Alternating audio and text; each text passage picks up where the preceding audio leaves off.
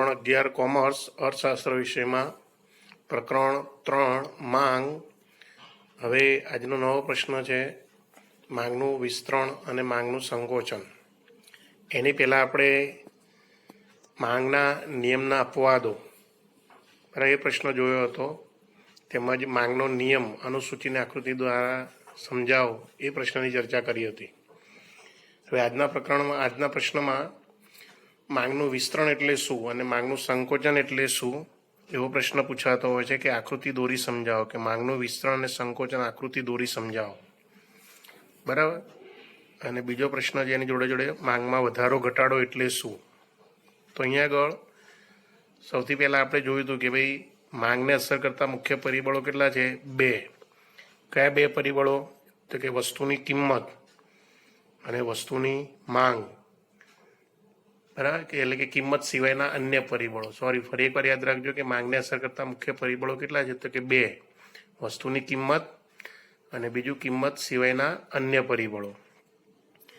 તો વસ્તુની કિંમતમાં ફેરફાર થવાને કારણે માંગમાં જે પરિવર્તન આવે છે એને માંગનું વિસ્તરણ સંકોચન કહેવામાં આવે છે. જ્યારે અન્ય પરિબળોમાં ફેરફાર થાય છે એને કારણે માંગમાં જે પરિવર્તન આવે છે એને માંગમાં વધારો ઘટાડો કહેવામાં આવે છે. તો અહીંયા આગળ આપણે સૌથી પહેલાં માંગનું વિસ્તરણ સંકોચન એટલે શું એના વિશે ચર્ચા કરીશું. તો કે માંગનું વિસ્તરણ સંકોચન એ વસ્તુની કિંમતમાં થતા ફેરફારને આધારિત છે. પહેલું વાક્ય આ યાદ રાખવું કે ભાઈ માંગનું વિસ્તરણ સંકોચન વસ્તુની કિંમતમાં થતા ફેરફારને આધારિત છે. અહીંયાની વ્યાખ્યા આપી હોય તો કે અન્ય પરિબળો યથાવત એટલે કે સ્થિર રહે અને વસ્તુની કિંમત ઘટતા વસ્તુની માંગમાં વધારો થાય તેને માંગનું વિસ્તરણ કહે છે. બરાબર. ફરી એકવાર યાદ રાખજો કે અન્ય પરિબળો યથાવત રહે અને વસ્તુની કિંમત ઘટતા વસ્તુની માંગમાં વધારો થાય તેને માંગનું વિસ્તરણ કહે છે. અને વસ્તુની કિંમત વધતા વસ્તુની માંગમાં ઘટાડો થાય તેને માંગનું સંકોચન કહે છે. બરાબર. તો આ રીતે માંગનું વિસ્તરણ સંકોચન એ વસ્તુની કિંમતમાં થતા ફેરફારો પર આધારિત હોય છે. એટલે કે આપણે માંગના નિયમમાં જોયું હતું એ પ્રમાણે જો વસ્તુની કિંમત ઘટે અને વસ્તુની માંગ વધે તેને માંગનું વિસ્તરણ કહેવામાં આવે છે. અને જો વસ્તુની કિંમત વધે અને માંગ ઘટે તેને માંગનું સંકોચન કહેવામાં આવે છે. હવે આ બાબતને અનુસૂચિ અને આકૃતિ દ્વારા સમજાવવી પડે આપણે. બરાબર. તો અહીંયા આગળ અનુસૂચિ તમને દર્શાવી છે કે ભાઈ વસ્તુની કિંમત રૂપિયામાં દર્શાવી છે, વસ્તુની માંગ એકમોમાં દર્શાવી છે. બરાબર. તો અહીંયા આગળ વસ્તુની કિંમત તમે જોઈ શકો છો કે ભાઈ 5 રૂપિયા, 4 રૂપિયા, 3 રૂપિયા, 2 રૂપિયા, 1 રૂપિયા. ત્યારે વસ્તુની માંગ બરાબર એ પ્રમાણે ફેરફાર થતો એમાં જોવા મળતો હોય છે. કે ભાઈ દાખલા તરીકે વસ્તુની કિંમત 5 રૂપિયા છે ત્યારે એની માંગ 1 એકમ જેટલી છે. હવે વસ્તુની કિંમત ઘટીને 4 રૂપિયા થાય ત્યારે માંગ વધીને 2 એકમ જેટલી થાય છે. વસ્તુની કિંમત અહીંથી પણ ઘટીને 3 રૂપિયા થાય છે ત્યારે માંગ બરાબર કે વધીને કેટલી? તો કે 2 થી વધીને 3 એકમ જેટલી થાય છે. તો આ રીતે જેમ જેમ વસ્તુની કિંમત ઘટે છે એમ માંગ વધે છે. બરાબર. એને માંગનું શું કહેવામાં આવે છે? તો કે વિસ્તરણ કહેવામાં આવે છે. અને જ્યારે વસ્તુની કિંમત વધે કે દાખલા તરીકે 1 રૂપિયો વસ્તુની કિંમત હોય ત્યારે માંગ 5 એકમ જેટલી છે. હવે વસ્તુની કિંમત વધીને 2 રૂપિયા થાય ત્યારે માંગ ઘટીને 4 એકમ જેટલી થાય છે. તો અહીંયા વસ્તુની કિંમત ઘટતા એ માંગનું બરાબર શું કહેવાય છે? સંકોચન કહેવામાં આવે છે. તો અહીંયા આગળ તમને અનુસૂચિમાં દર્શાવ્યું છે કે ભાઈ વસ્તુની કિંમત 3 રૂપિયાથી વધીને 5 રૂપિયા થાય છે ત્યારે માંગ 3 એકમથી ઘટીને 1 એકમ થાય છે. તો અહીંયા આગળ કિંમત વધે છે એને કારણે માંગનું શું થાય છે? સંકોચન. એટલે તમને પુસ્તકમાં માંગનું સંકોચન દર્શાવ્યું છે. એ જ રીતે જો વસ્તુની કિંમત 3 રૂપિયા હોય અને વધીને 1 રૂપિયો થાય ત્યારે માંગ બરાબર કે 3 એકમથી વધીને 5 એકમ થાય છે. તો અહીંયા આગળ વસ્તુની કિંમત બરાબર કે ઘટે છે એને કારણે માંગમાં શું થાય છે? વિસ્તરણ થાય છે. એટલે તમને નીચે કોષ્ટકમાં માંગનું વિસ્તરણ દર્શાવ્યું છે. હવે આ જ બાબતને આપણે આકૃતિમાં દર્શાવવાની છે. તો આ રીતે તમારે આકૃતિ દોરવી પડે. નોટમાં પેન્સિલ વડે ફૂટપટ્ટી પેન્સિલનો ઉપયોગ કરીને આકૃતિ દોરવાની. OX ધરી પર વસ્તુની માંગ દર્શાવવાની અને OY ધરી પર વસ્તુની કિંમત દર્શાવવામાં આવે. હવે આકૃતિમાં જેમ આપણે અનુસૂચિ દર્શાવી છે એ પ્રમાણે અહીંયા આગળ તમારે માંગ રેખા દોરવી પડે કે ભાઈ આકૃતિમાં જોઈ શકો છો કે 5 એકમ હોય ત્યારે વસ્તુની માંગ કેટલી છે તો કે 1 એકમ દર્શાવવામાં આવી છે, બરાબર. એ જ રીતે 4 રૂપિયા કિંમત હોય ત્યારે પણ કેટલી તો કે 2 એકમ, 3 રૂપિયા હોય ત્યારે 3 એકમ, 2 રૂપિયા હોય ત્યારે 4 એકમ અને 1 રૂપિયા હોય ત્યારે 5 એકમ. એ રીતે આ બિંદુને જોડતા જે રેખા મળે એ માંગ રેખા કહેવાય છે. માંગ રેખા દર્શાવવાની આકૃતિમાં જોઈ શકો છો. પછી આકૃતિમાં દર્શાવવાનું આ રીતે કે ભાઈ વસ્તુની કિંમત 3 રૂપિયા છે, જો અહીંયા આગળ 3 રૂપિયા, ત્યારે એની માંગ કેટલી છે 3 એકમ જેટલી છે. હવે તમે જોઈ શકો છો કે વસ્તુની કિંમત 3 રૂપિયાથી વધીને 5 રૂપિયા થાય છે, બરાબર. ત્યારે માંગ 3 એકમથી બરાબર કે 3 એકમથી ઘટીને કેટલી થાય છે 1 એકમ, જેને માંગનું શું કહેવાય છે સંકોચન કહેવામાં આવે છે. જો આકૃતિમાં તમને ઉપર માંગનું સંકોચનનો એરો બતાવ્યો છે કે ભાઈ વસ્તુની કિંમત 5 રૂપિયા છે ત્યારે માંગ 3 એકમ જેટલી થઈ જાય છે, બરાબર. કે ભાઈ વસ્તુની કિંમત 5 રૂપિયા હોય ત્યારે એની માંગ 1 એકમ જેટલી હોય છે, અને બરાબર કે ભાઈ એ 3 રૂપિયા કિંમત હતી એ વધીને 5 થઈ ત્યારે માંગ 3 એકમથી ઘટીને 1 એકમ જેટલી થાય છે, જે માંગનું સંકોચન દર્શાવે છે. એ જ રીતે વસ્તુની કિંમત 3 રૂપિયા હોય, બરાબર, ત્યારે એની માંગ 3 એકમ જેટલી છે. હવે કિંમત ઘટીને 1 રૂપિયો થાય છે ત્યારે માંગ વધીને 5 એકમ જેટલી થાય છે. જે આકૃતિમાં માંગ રેખા ઉપર નીચે જોવા મળે છે, નીચે જતી બાજુ, તે માંગનું વિસ્તરણ કહેવામાં આવે છે. તો આમ યાદ રાખવાનું કે માંગ રેખા ઉપર ડાબી બાજુથી જમણી બાજુ નીચે તરફ જતું એને માંગનું વિસ્તરણ કહેવામાં આવે છે, અને ડાબી બાજુ બરાબર કે નીચેથી ઉપર તરફ જાય એને માંગનું સંકોચન કહેવામાં આવે છે. હવે આ આકૃતિની પછી આપણે સમજૂતી આપવી પડે, તો આકૃતિમાં સમજૂતી લખી શકો તમે કે ભાઈ જો અન્ય પરિબળો યથાયથ રહેતા વસ્તુની કિંમતમાં ઘટાડો માંગમાં જે વધારો લાવે તેને માંગનું વિસ્તરણ કહે છે. અનુસૂચિમાં દર્શાવ્યા મુજબ દાખલા તરીકે અહીંયા ઉદાહરણ આપ્યું છે કે આઈસ્ક્રીમ કેન્ડીની કિંમત 3 રૂપિયા હોય અને જો આઈસ્ક્રીમ કેન્ડીની કિંમત ઘટીને 1 રૂપિયા થાય તો વસ્તુની માંગ 3 એકમથી વધીને 5 એકમ થાય છે. જે આકૃતિમાં આપણે જોઈ શકીએ છીએ કે 3 એકમથી વધીને 5 એકમ થાય છે, બરાબર. તો આ બાબતને બરાબર કે માંગનું શું કહેવામાં આવે છે વિસ્તરણ દર્શાવવામાં આવે છે. આકૃતિમાં જે મૂળ બિંદુ 3 એકમ છે એ બિંદુ એ દર્શાવે છે. જો અહીંયા આગળ વચ્ચોવચ્ચ દર્શાવ્યું છે એ બિંદુ છે.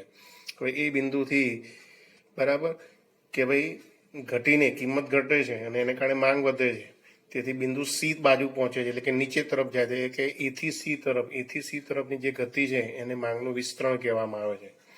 એ જ રીતે જો વસ્તુની કિંમત ₹3 એટલે કે એ બિંદુથી વધીને 5 રૂપિયા થાય તો ગ્રાહક માંગ 3 એકમથી ઘટીને 1 એકમ થાય છે, જે બિંદુ બી છે. અહીં બિંદુ એ થી બી, એટલે જો અહીંયા આગળ આકૃતિમાં તમે જોઈ શકો છો વચ્ચોવચ્ચ આપ્યું છે એ બિંદુ છે અને ઉપરની બાજુ બી બિંદુ, તો એથી બી તરફની ગતિને માંગનું સંકોચન કહેવાય છે. અહીંયા આગળ કિંમત વધવાને કારણે માંગ ઘટે છે એટલે માંગનું સંકોચન કહેવાય છે.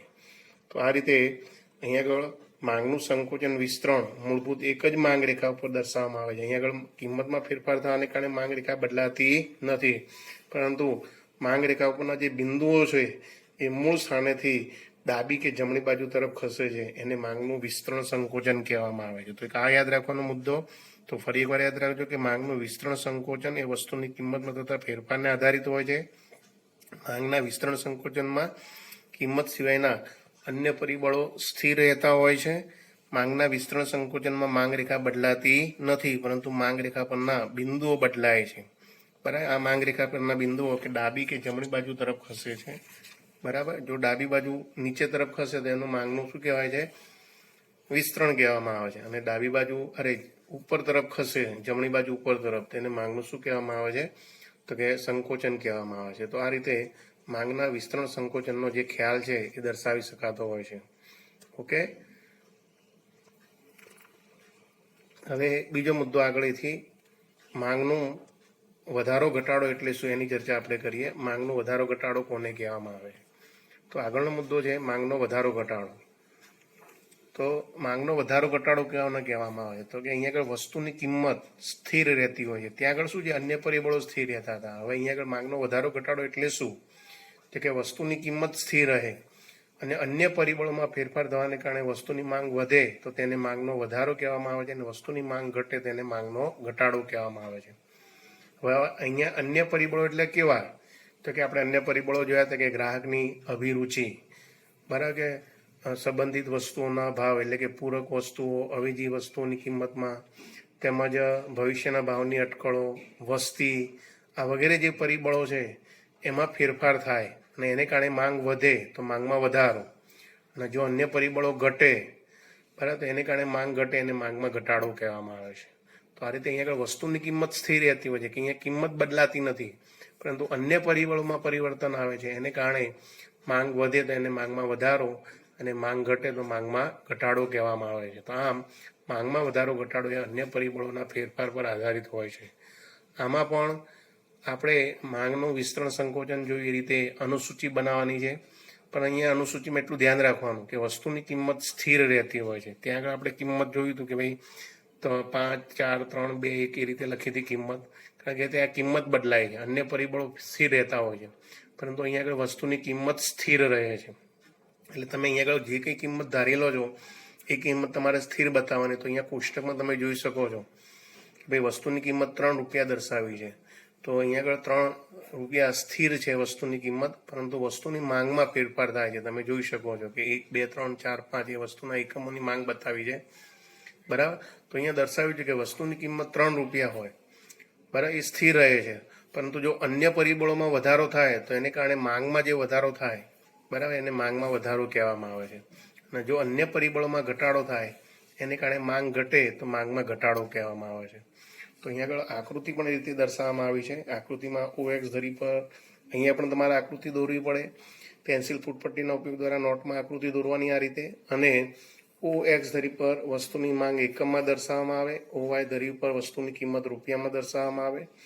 અહીંયા આગળ અનુસૂચિમાં પહેલેથી જ વસ્તુની કિંમત 3 રૂપિયા તમારે સ્થિર બતાવવાની, અને એના આધારે પછી તમારે આકૃતિ દોરવી પડે કે ભાઈ દાખલા તરીકે વસ્તુની કિંમત 3 રૂપિયા હોય ત્યારે એની માંગ કેટલી છે, તો કે 3 એકમ જેટલી છે. એટલે વચ્ચે તમે એ બિંદુ દર્શાવ્યું છે એ મૂળ માંગ રેખા બનશે, બરાબર, એટલે D1 એવું નામ આપ્યું છે. અહીંયા આગળ મૂળ માંગ રેખા કહેવાય છે. હવે વસ્તુની કિંમત 3 રૂપિયા છે ત્યારે વસ્તુની માંગ 3 એકમ જેટલી જ છે. હવે જો વસ્તુની કિંમત સ્થિર રહે છે પરંતુ અન્ય પરિબળોમાં બરાબર કે ઘટાડો થાય છે, કે દાખલા તરીકે ગ્રાહકોની અભિરુચિ બદલાય, ગ્રાહકોની પસંદગી બદલાય, પણ અન્ય વસ્તુ કે પૂરક વસ્તુના ભાવમાં ઘટાડો થતો હોય, બરાબર, તો એને કારણે માંગ ઘટે છે. તો આ મૂળ માંગ રેખા બરાબર કે 3 એકમથી ખસીને 1 એકમ તરફ આવશે. તેથી અહીંયા આગળ બી બિંદુએ D2 એ બીજી માંગ રેખા અસ્તિત્વમાં આવે છે, એને માંગમાં ઘટાડો કહેવામાં આવે છે. તો અહીંયા જે મૂળ માંગ રેખા છે D1 એ અન્ય પરિબળોમાં ઘટાડો થવાને કારણે બરાબર મૂળ સ્થાનથી ખસીને ડાબી બાજુ તરફ આવે છે, જેને માંગમાં ઘટાડો કહેવામાં આવે છે.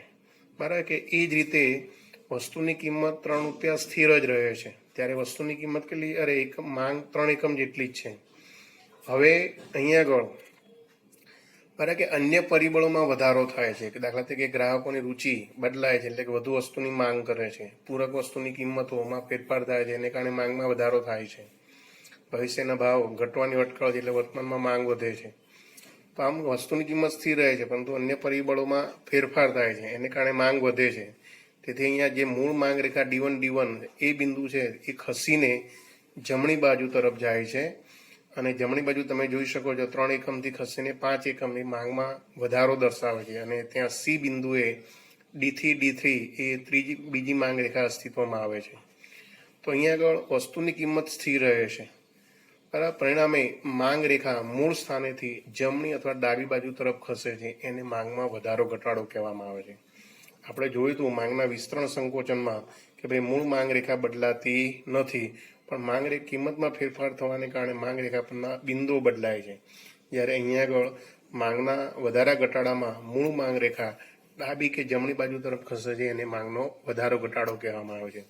હવે આ જ સમજૂતી આપણે આકૃતિમાં જે સમજૂતી છે એને આધારે નીચે પ્રમાણે લખી શકાય. સમજૂતી કે ભાઈ વસ્તુની કિંમત યથાવત રહેતા અન્ય પરિબળોમાં ફેરફારો માંગમાં જે વધારો લાવે છે તેને માંગમાં વધારો કહે છે.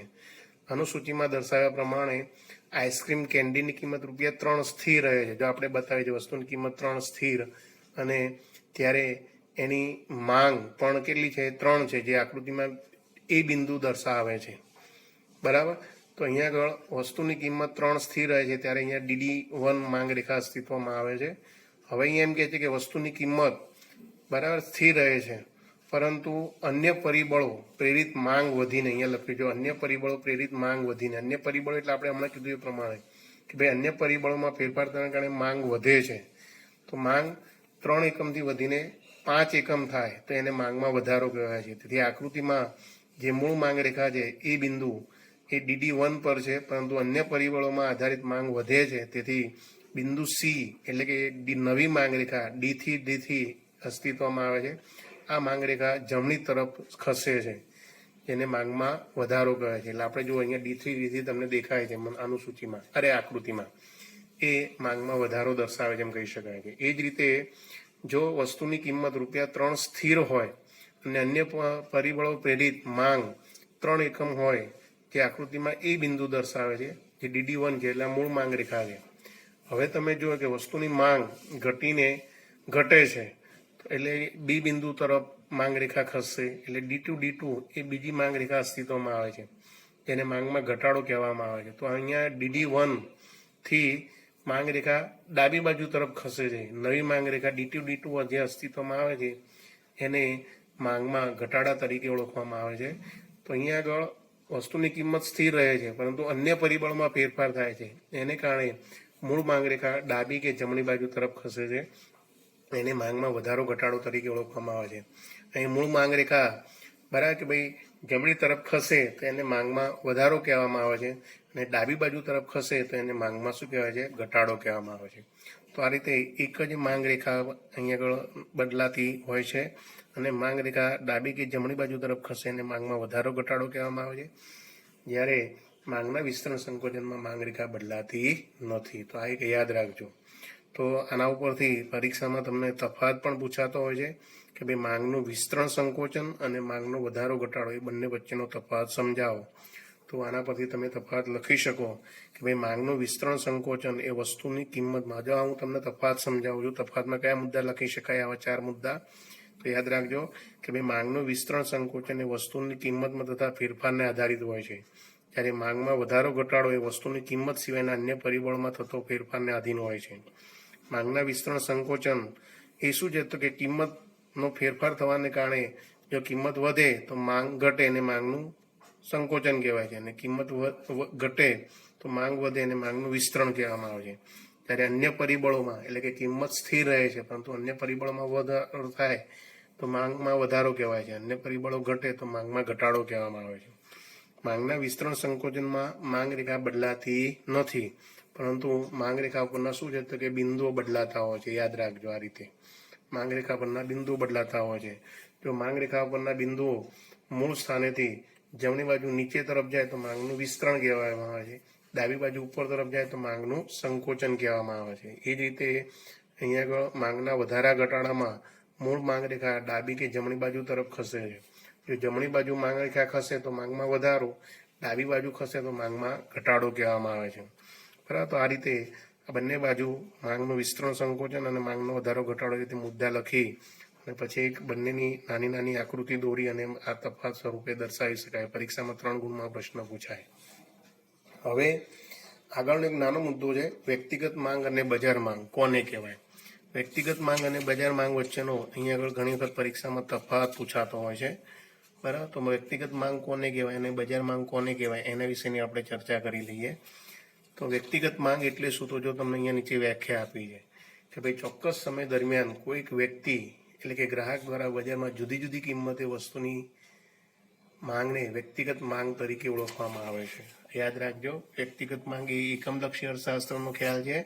અહીં આગળ કોઈ એક જ વ્યક્તિની માંગ થતી હોય છે, એક જ ગ્રાહક દ્વારા થતી માંગ હોય છે, એને વ્યક્તિગત માંગ તરીકે ઓળખવામાં આવે છે. તો ફરી એકવાર વ્યાખ્યા યાદ રાખજો કે ચોક્કસ સમય દરમિયાન કોઈક વ્યક્તિ દ્વારા બજારમાં જુદી જુદી કિંમતે થતી વસ્તુની માંગને વ્યક્તિગત માંગ કહે છે. જ્યારે બજાર માંગ કોને કહેવાય છે? તો કે તમામ બરાબર એટલે કે એક કરતાં વધારે વ્યક્તિઓ અથવા એક કરતાં વધારે ગ્રાહકો દ્વારા જુદી જુદી કિંમતે વસ્તુની જે માંગ થતી હોય છે એના સરવાળાને બજાર માંગ તરીકે ઓળખવામાં આવે છે. તો આ રીતે બજાર માંગની એક વ્યાખ્યા આપી શકાય કે ભાઈ એક કરતાં વધારે વ્યક્તિઓ અથવા એક કરતાં વધારે ગ્રાહકો દ્વારા થતી માંગનો સરવાળો એને બજાર માંગ તરીકે ઓળખવામાં આવે છે. અહીંયા તમને આની અનુસૂચિ આપી છે. અનુસૂચિમાં તમે જોઈ શકો છો કે ભાઈ એ વ્યક્તિની માંગ, બી વ્યક્તિની માંગ, સી વ્યક્તિની માંગ એ વ્યક્તિગત માંગ કહેવામાં આવે છે. બરાબર, અહીંયા વસ્તુની કિંમત પહેલાં દર્શાવી છે, તો વસ્તુની કિંમત આવી, જુદી જુદી વસ્તુની કિંમતે બરાબર કે અહીંયા આગળ એ વ્યક્તિ માંગ કરે છે, બી વ્યક્તિ માંગ કરે, સી વ્યક્તિ માંગ કરે છે, એ વ્યક્તિગત માંગ કહેવામાં આવે છે. જ્યારે એ, બી, સી, ડી આ ત્રણેય વ્યક્તિગત માંગનો સરવાળો એટલે કે છેલ્લું ખાનું એ બજાર માંગ કહેવામાં આવે છે. બરાબર, તો આ રીતે વ્યક્તિગત માંગ અને બજાર માંગ દર્શાવવામાં આવતી હોય છે. એના પરથી આકૃતિ દોર્યું હોય તો આ રીતે એ વ્યક્તિગત માંગ રેખા આપણને મળે છે, બી વ્યક્તિની માંગ રેખા મળે છે, આ સી વ્યક્તિની માંગ રેખા મળે છે, અને છેલ્લે આ બજાર માંગ રેખા દર્શાવવામાં આવે છે. બરાબર, તો અહીંયા આગળ અનુસૂચિમાં આધારે આ રીતે આકૃતિ દોરવી પણ દોરી શકાય. પરીક્ષામાં લગભગ આવી આકૃતિ દોરવાનો પ્રશ્ન પૂછાતો હતો નથી, પરંતુ આ એક સમજવા ખાતર અહીંયા આગળ જાણકારી ખાતર આપેલ છે, તો સમજી લેવું, જોઈ લેવું. બરાબર, તો કે વ્યક્તિગત માંગ રેખા કોને કહેવાય અને બજાર માંગ રેખા કોને કહેવાય એ મુદ્દો એક યાદ રાખજો કે ચોક્કસ સમય દરમિયાન કોઈ વ્યક્તિ કે કુટુંબ દ્વારા બજારમાં જુદી જુદી કિંમતે થતી વસ્તુની માંગ એ વ્યક્તિગત માંગ તરીકે ઓળખવામાં આવે છે. જ્યારે એક કરતાં વધારે ગ્રાહકો અથવા એક કરતાં વધારે વ્યક્તિ દ્વારા થતી માંગના સરવાળાને બજાર માંગ તરીકે ઓળખવામાં આવે છે. તો આ રીતે વ્યક્તિગત માંગ રેખાનો ઢાળ બરાબર એ પણ ઋણ હોય છે અને બજાર માંગ રેખાનો ઢાળ પણ ઋણ હોય છે. કારણ કે અહીંયા આગળ એક કરતાં વધુ વ્યક્તિની માંગનો સરવાળો છે એટલે બજાર માંગ રેખાનો ઢાળ કેવો હોય છે, ઓછો હોય છે. જ્યારે વ્યક્તિગત માંગ રેખાનો ઢાળ તમે જોઈ શકો અહીંયા વધુ જોવા મળતો હોય છે. તો આ રીતે આવું એક કોષ્ટક દોરી અને કોષ્ટક ઉપરથી આ વ્યક્તિગત માંગ રેખા અને વ્યક્તિગત માંગ રેખા સાથે આ રીતે બજાર માંગ રેખા દોરી અને એનું આવું વિશ્લેષણ સમજાવી શકાય છે. તો આ પ્રશ્ન યાદ રાખજો, વ્યક્તિગત માંગ રેખા એટલે શું અને બજાર માંગ રેખા એટલે શું. તો અહીંયા આગળ આપણે આ બે પ્રશ્નોની ચર્ચા પૂર્ણ કરી કે ભાઈ સૌથી પહેલાં આપણે બરાબર તફાવત માંગનું વિસ્તરણ સંકોચન એટલે શું, આકૃતિ દોરી સમજાવી પ્રશ્નોની ચર્ચા કરી. ત્યારબાદ માંગમાં વધારો ઘટાડો એટલે શું, આકૃતિ દોરી સમજાવી પ્રશ્નોની ચર્ચા કરી. પછી બંને વચ્ચેનો જે તફાવત પૂછાય, તફાવત સ્વરૂપે કઈ રીતે લખી શકાય એની ચર્ચા આપણે કરી કે માંગનું વિસ્તરણ સંકોચન એટલે શું અને માંગનો વધારો ઘટાડો એટલે શું. બંને સામસામે તફાવત રીતે મુદ્દા લખવાના એ પ્રશ્ન બનશે. ત્યાર પછી આ વ્યક્તિગત માંગ કોને કહેવાય અને બજાર માંગ કોને કહેવાય એનો એક આ તફાવત સ્વરૂપે અથવા અલગ અલગ પ્રશ્ન તરીકે પણ એક આ મુદ્દો યાદ રાખો. હવે આના પછીનો આપણો જે ખ્યાલ આવે છે માંગની મૂલ્ય સાપેક્ષતા. માંગની મૂલ્ય સાપેક્ષતા એટલે શું, તો કે અહીંયા આગળ એવું સમજાવવામાં આવે છે કે ભાઈ માંગ ઉપર અસર કરનારા પરિબળોમાં ફેરફાર થવાથી માંગમાં થતો ફેરફાર માંગની સાપેક્ષતા દર્શાવે છે. એટલે કે એમ કે ભાઈ માંગના નિયમ પ્રમાણે આપણે વાત કરીએ તો કે અન્ય પરિબળો યથાવત રહેતા વસ્તુની કિંમતમાં ઘટાડો થતાં માંગનું વિસ્તરણ થાય છે, પણ કિંમતમાં વધારો થતાં માંગ સંકોચન થાય છે. આમ કિંમત અને માંગ વચ્ચે વ્યસ્ત સંબંધ છે, આવું આપણને માંગનો નિયમ દર્શાવે છે. પરંતુ કિંમતમાં થતા ફેરફારો વસ્તુની માંગમાં કેટલો ફેરફાર લાવશે તે આ માંગનો નિયમ આપણને સમજાવી શકતો નથી. કે ભાઈ કિંમત ઘટે છે તેને કારણે માંગમાં કેટલો વધારો થાય છે, અથવા કિંમત વધે છે તો માંગમાં કેટલા ટકા બરાબર કે ઘટાડો થાય છે, એ આપણને આ માંગનો નિયમ સમજાવી શકતો નથી. આ બાબતને આપણે માંગની મૂલ્ય સાપેક્ષતા દ્વારા દર્શાવી શકાય છે. એટલે આ પ્રશ્નનો જવાબ માંગની મૂલ્ય સાપેક્ષતા એટલે શું એ રીતે પ્રશ્ન પૂછાય. અને માંગની મૂલ્ય સાપેક્ષતાના 5 પ્રકારો છે જે આકૃતિ દોરી આપણે સમજાવવાના હોય છે. તો કે માંગની મૂલ્ય સાપેક્ષતા એટલે શું, તેની વ્યાખ્યા આપ્યું હોય ટૂંકમાં. તેની વ્યાખ્યા આવી ટૂંકી છે કે ભાઈ વસ્તુની કિંમતમાં થતા ટકાવારી ફેરફારને પરિણામે તેની માંગમાં થતા ટકાવારી ફેરફારના માપને માંગની મૂલ્ય સાપેક્ષતા કહે છે. તો એક ટૂંકી વ્યાખ્યા યાદ રાખજો. અહીંયા ચોપડીમાં આ પ્રમાણે વ્યાખ્યા આપી છે કે ભાઈ માંગની મૂલ્ય સાપેક્ષતા એટલે શું, તો કે કોઈ પણ વસ્તુની કિંમત અને માંગ વચ્ચેના પ્રમાણાત્મક સંબંધને માંગની મૂલ્ય સાપેક્ષતા તરીકે ઓળખવામાં આવે છે. તમે બીજી રીતે વ્યાખ્યા લખવી હોય તો આવી વ્યાખ્યા લખી શકો. ફરી એકવાર યાદ રાખજો કે ભાઈ વસ્તુની કિંમતમાં થતા ટકાવારી ફેરફારને પરિણામે તેની માંગમાં થતા ટકાવારી ફેરફારના માપને માંગની મૂલ્ય સાપેક્ષતા કહે છે. આ વ્યાખ્યા તમને યાદ રાખવામાં બહુ સરળ રહેશે. આ વ્યાખ્યા પરથી એનું સૂત્ર છે અને સૂત્ર પરથી પણ તમને વ્યાખ્યા યાદ રહેવી છે કે ભાઈ માંગની મૂલ્ય સાપેક્ષતા એટલે શું, તો કે માંગની મૂલ્ય સાપેક્ષતા બરાબર વસ્તુની માંગમાં થતો ટકાવારી ફેરફાર ભાગ્યા વસ્તુની કિંમતમાં થતો ટકાવારી ફેરફાર. આ એનું સૂત્ર છે. આ સૂત્ર લખવું પડે કે ભાઈ માંગની મૂલ્ય સાપેક્ષતા એટલે શું, તો કે માંગમાં થતો ટકાવારી ફેરફાર ભાગ્યા કિંમતમાં થતો ટકાવારી ફેરફાર. દાખલા તરીકે અહીંયા આગળ એક્સ નામની વસ્તુની કિંમતમાં 1% ઘટાડો થાય તો માંગમાં 5% વધારો થયો છે. તે સૂત્ર ઉપરથી જાણી શકાતું હોય છે. બરાબર, કે અહીંયા આગળ કિંમતમાં ચલો કે થોડો ઘટાડો થયો તો એને કારણે માંગમાં કેટલો વધારો થયો છે, કેટલા ટકા ફેરફાર થયો છે, એ જાણી શકાય છે. બરાબર, કે જેને માંગની મૂલ્ય સાપેક્ષતા તરીકે ઓળખવામાં આવે છે. તો આ રીતે માંગની મૂલ્ય સાપેક્ષતાની વ્યાખ્યા પ્રોફેસર માર્શલે પણ આપી છે. તો વ્યાખ્યા તમારે યાદ રહે તો લખી શકો. તમે આ લખી શકાય કે ભાઈ માર્શલે વ્યાખ્યા આપી છે, જો કે વસ્તુની માંગની મૂલ્ય સાપેક્ષતા વધારે કે ઓછી તેનો આધાર કિંમતના ઘટાડાને પરિણામે માંગમાં થતો વધારો મોટો છે કે નાનો છે, અને કિંમત વધારાને પરિણામે માંગમાં થતો ઘટાડો મોટો છે કે નાનો એની ઉપર રહે છે. બરાબર, એની માંગની મૂલ્ય સાપેક્ષતા તરીકે ઓળખાવવામાં આવે છે. તો આ રીતે માંગની મૂલ્ય સાપેક્ષતા એટલે કે વસ્તુની કિંમતમાં થતા ટકાવારી ફેરફારને પરિણામે માંગમાં થતા ટકાવારી ફેરફારના ગુણોત્તરને માંગની મૂલ્ય સાપેક્ષતા કહે છે. આ માંગની મૂલ્ય સાપેક્ષતાના 5 પ્રકારો છે. બરાબર, તો એ 5 પ્રકારો છે. કયા કયા 5 પ્રકારો છે? તો કે સૌથી પહેલા એક સંપૂર્ણ મૂલ્ય સાપેક્ષ માંગ, એકમ મૂલ્ય સાપેક્ષ માંગ, મૂલ્ય અનપેક્ષ માંગ, સંપૂર્ણ મૂલ્ય અનપેક્ષ માંગ અને સંપૂર્ણ સાપેક્ષ માંગ. આવા 5 પ્રકારો છે, અહીંયા યાદ રાખજો. તો આ 5 પ્રકારો વિશેની ચર્ચા આકૃતિ દોરીને આપણે સમજાવવાની હોય છે. આકૃતિ સાથે આ 5 પ્રકારો રજૂ કરવાના હોય છે. તો દરેક 5 પ્રકારો, તો કે સંપૂર્ણ મૂલ્ય સાપેક્ષ માંગ છે, એની આકૃતિ છે. આ સંપૂર્ણ મૂલ્ય અનપેક્ષ માંગ, એની આકૃતિ છે.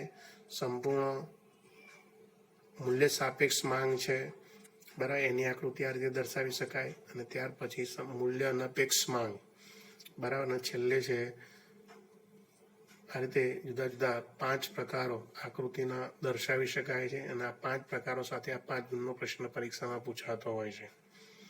તો હવે આ 5 પ્રકારોની અનુસૂચિ અને આકૃતિ સાથે સમજૂતીની ચર્ચા આપણે હવે નેક્સ્ટ લેક્ચરમાં કરીશું. તો આ રીતે માંગની મૂલ્ય સાપેક્ષતા અને એનો અર્થ અને તેના પ્રકારો વિશેની ચર્ચા આપણે હવે થોડી જે બાકી છે પ્રકારો, 5 પ્રકારો, એની ચર્ચા નેક્સ્ટ લેક્ચરમાં કરીશું આપણે. તો આ પહેલાં આપણે જે પ્રશ્નોની ચર્ચા કરી ગયા એ પ્રશ્નોનો જવાબ સારી રીતે લખી જવા અને મોઢે કરી જવા. આ ઉપરાંત વિદ્યાર્થી મિત્રો, આપણી જે પરીક્ષા નજીક આવે છે, પૂરક કસોટી, જે 28 તારીખે પરીક્ષા છે, એ પરીક્ષામાં પહેલું, બીજું અને ત્રીજું આ 3 પ્રકરણ પૂછાવાના છે. તો આ 3 પ્રકરણના જે સ્વાધ્યાયના પ્રશ્નો છે એ વ્યવસ્થિત તૈયાર કરી જવા. સ્વાધ્યાયના જે પ્રશ્નોમાંથી ફરી પેપર આવતું હોય છે એ પ્રમાણે તૈયારી કરવી. બરાબર, તો એ રીતે હવે નેક્સ્ટ લેક્ચરમાં આપણે આ મૂલ્ય સાપેક્ષતાના પ્રકારો અને એક નવો પ્રશ્ન છેલ્લો બાકી રહે છે, માંગની આવક સાપેક્ષતા એટલે શું, તેના ખ્યાલ વિશે આપણે ચર્ચા પૂર્ણ કરીશું. ઓકે, અસ્તુ.